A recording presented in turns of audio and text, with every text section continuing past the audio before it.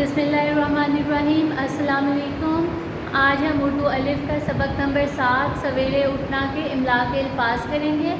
آپ سب نے اس کو اپنی اردو الف کی کاپیز پہ کرنا ہے۔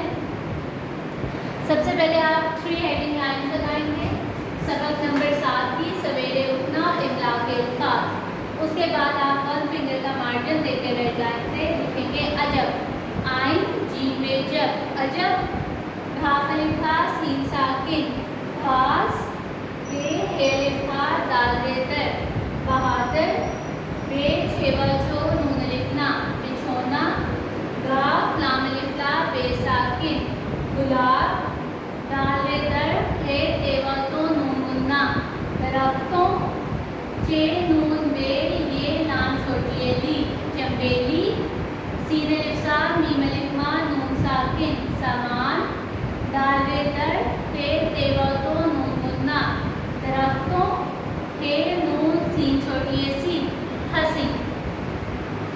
اس کو آپ نے بہت اچھے طریقے سے یاد کرنا ہے، بار بار اپنی رف کاپیز پہ بھی لکھ کے یاد کرنا ہے، پھر آپ نے زبانی بھی لکھ کے دیکھنا ہے کہ آپ نے کو لکھنا آ گیا صحیح سے۔ ٹھیک ہے اسٹوڈینٹس؟ اوکے اسٹوڈینٹس، اب نیکسٹ پیج پہ آپ الفاظ جملے کریں گے۔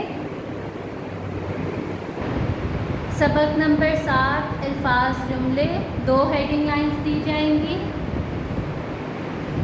ایک سبق نمبر 7 کی، دوسرا الفاظ جملے۔ سویرے، سویرے کا جملہ بنائیں گے، ہمیں صبح سویرے اٹھنا چاہیے، ہمیں صبح سویرے اٹھنا چاہیے۔ بہار، بہار کے موسم میں پھول کھلتے ہیں۔